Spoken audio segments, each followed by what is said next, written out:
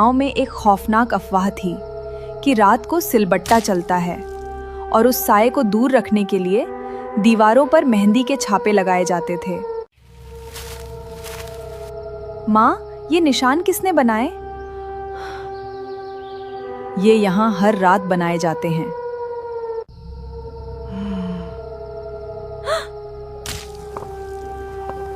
माँ, रसोई में कोई है क्या?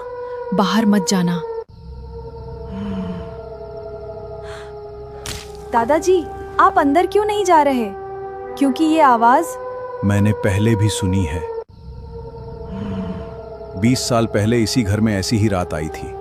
फिर क्या हुआ था? उस रात के बाद ही गांव मेहंदी में वाले हाथों की ये अफवाह शुरू हुई थी।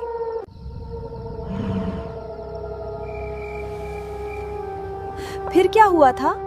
आज उसने निशान मिटा दिया है।